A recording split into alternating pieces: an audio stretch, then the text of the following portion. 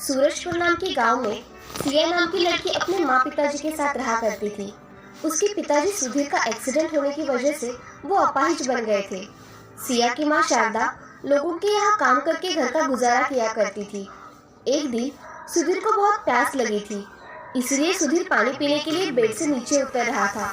तभी वो जोर से जमीन पर गिर गया और बहुत जोर से चिल्लाने लगा। उसकी आवाज सुन शारदा वहाँ आ जाती है। अजी, आप ऐसे कैसे नीचे गिर गए? आप उठिए। शारदा, मेरे हाथ में बहुत दर्द हो रहा है।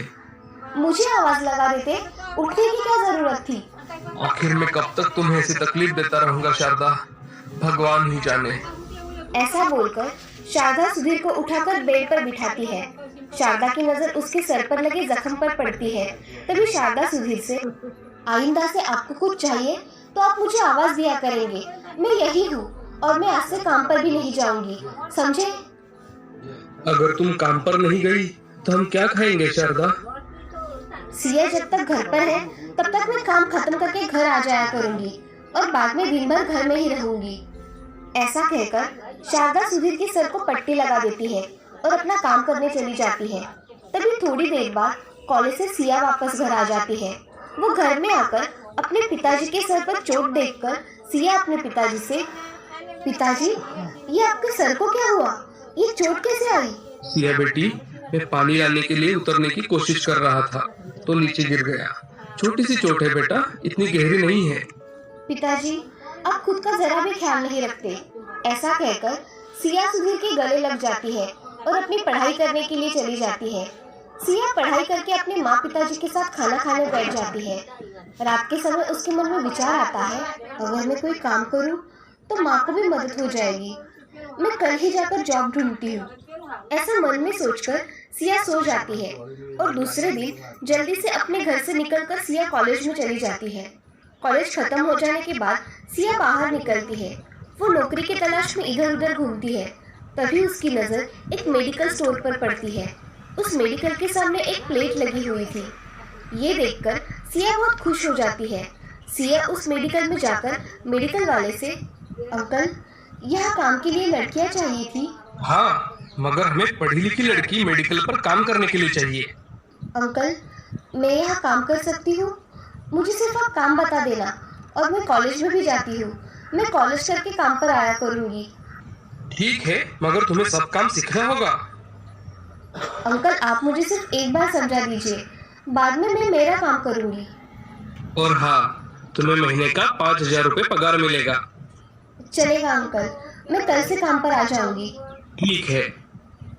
ऐसा कहकर सिया वहाँ से चली जाती है। थोड़ी देर बाद सिया अपने घर आ जाती है।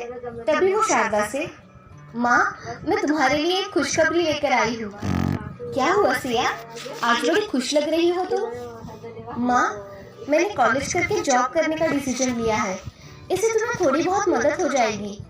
मेरी बच्ची, तुम्हें ये करने की कोई ज़रूरत नहीं है। माँ, आज से मैं तुम्हारी थोड़ी मदद कर दिया करूँगी। इससे तुम पिताजी पर ध्यान दे पाओगी। बेटी, तुम्हें ये करने की कोई ज़रूरत नहीं है। माँ, मैंने जॉब ढूंढ लिया है और मैं कल से ही काम पर जाने वाली हूँ।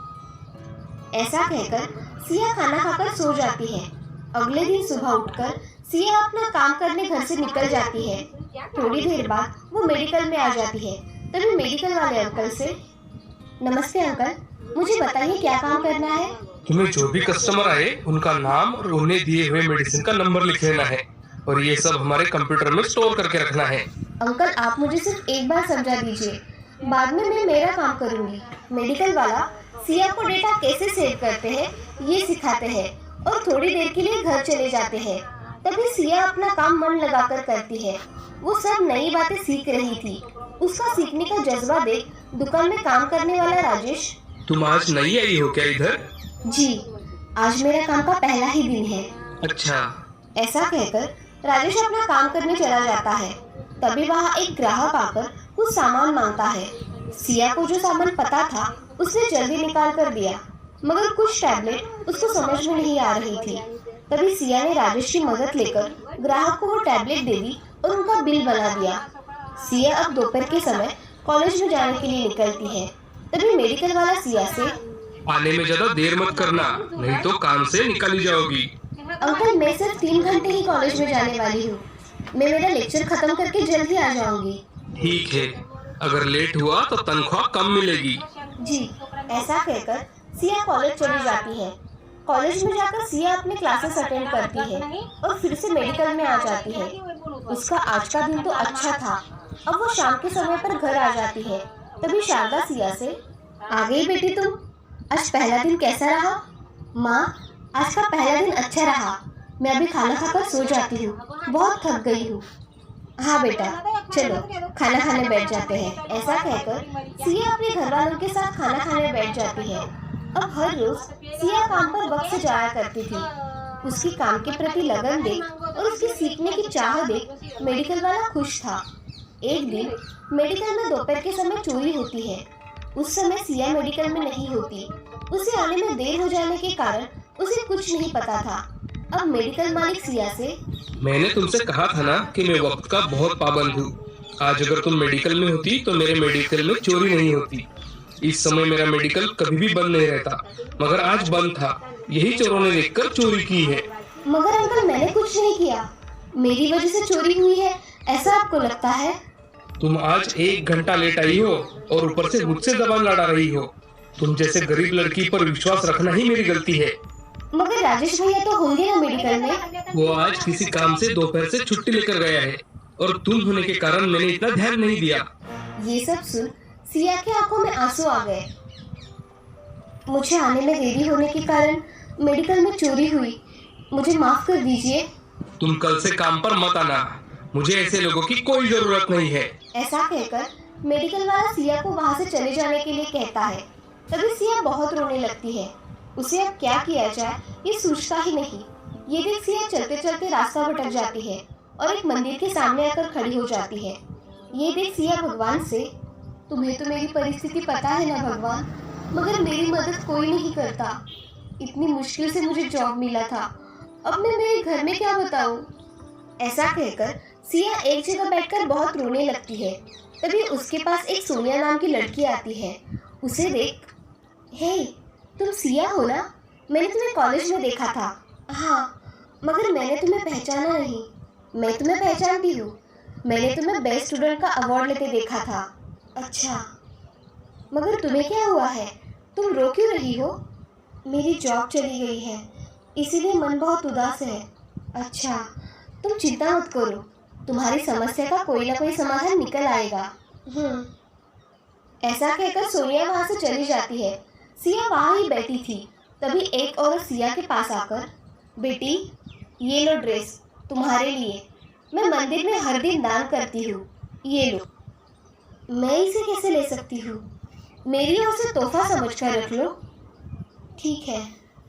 ऐसा कहकर सिया वो ड्रेस रख लेती है। अब सिया उदास मन से अपने घर चली जाती है। घर जाते ही सिया कमरे में जाकर ड्रेस निकालकर देखती है तो वो ड्रेस उसे बहुत पसंद आता है। सिया वो ड्रेस पहनकर देखती है। उसके बदन पर वो ड्रेस बहुत ही सुंदर दिखता है। वही ड्रेस पहनकर सिया सो जाती है। उसकी माँ उसे देखने आती है तो सिया को सोता देख उसकी माँ, ये लड़की भी ना बिना खाना खाए सो गई, सुबह जल्दी उठ के उसे खाना दे दूंगी। ऐसा सोचकर उसकी माँ वहाँ से चली जाती है। अब सिया सुबह उठती है तो वो अपने ड्रेस को देखती है तो उसे वो ड्रेस सोने का दिखाई देता है। वो हाथ लगाकर देखती है तो वो सच में सोने का बन गया था। सिया मन ही मन में, अगर मुझे 1 महीने की तनख्वाह मिल जाती तो मैं घर में दे पाती, मगर मेरी नसीब में तो वो भी नहीं है। ऐसा कहकर सिया फिर से उदास हो गई। अब सिया देखती है कि उसके हाथ में कुछ पैसे आ जाते हैं। ये देख सिया चौंक जाती है, ये पैसे कहाँ से आए? तभी उसकी नज़र उस ड्रेस पर पड़ती है। वो ड्रेस बहुत चमक रहा था। तभी वो अपने हाथ में देखती है तो हाथ में पैसे दिखाई देते हैं। वो बहुत हैरान हो जाती है कि उसके पास पैसे कहाँ से आए। अब सिया फिर से मांग के देखती है, मुझे अभी के अभी कुछ खाने की चीज़ें चाहिए। तभी उसके सामने बहुत से खाने के पकवान आ जाते हैं। ये देख सिया को पता चलता है कि वो ड्रेस कोई साधारण ड्रेस नहीं है, वो जादुई ड्रेस है। तभी सिया वो खाना लेकर अपने माँ के पास चली जाती है और उन्हें सब बात बता देती है। ये सब बात सुन शारदा भी बहुत खुश हो जाती है। सिया उसके हाथ में आए हुए पैसे भी अपनी माँ को दे देती है। तभी शारदा, मेरी बच्ची, तू तो हमारे लिए सच में लक्ष्मी हो। आज तुम्हारी वजह से हमारे घर में इतना कुछ आया है। ये सब सुन सिया के पिता सुधीर, बेटी, हमारे तो भाग ही खुल गए। अब ये पैसे पहले भगवान के सामने रखो। जी पिताजी। ऐसा कहकर सिया वो पैसे भगवान के सामने रखती है और अपना काम करने चली जाती है। उसी दिन से सिया कॉलेज में जाया करती थी और गरीब लोगों की मदद भी कर दिया करती थी। सिया को कोई भी समस्या हो तो वो उस ड्रेस से कहा करती थी और वो ड्रेस उसकी ख्वाहिश जल्दी पूरी कर दिया करता था। अब एक दिन सिया उस ड्रेस से, हे जादुई ड्रेस, मुझे थोड़ा सा सोना चाहिए था। ऐसा कहते ही सिया के सामने सोने का ढेर बन जाता है और सिया उसे देखकर बहुत खुश हो जाती है। वो सोना लेकर सिया सोनार के पास चली जाती है और सोनार को सोना बेचकर उससे आए हुए पैसों से उसके पिताजी का ऑपरेशन करवाती है। सिया के पिताजी का ऑपरेशन अच्छी तरह से हो जाता है। ये देख सिया और शारदा बहुत खुश हो जाती है। सिया उस ड्रेस की सहायता से अपने जैसे गरीब लोगों की मदद कर दिया करती थी। सिया जरूरतमंदों की मदद करके कॉलेज भी कर रही थी। अपनी बेटी की तरक्की देख शारदा बहुत खुश थी। सब जादुई सोना देने वाली ड्रेस की मदद से हुआ था।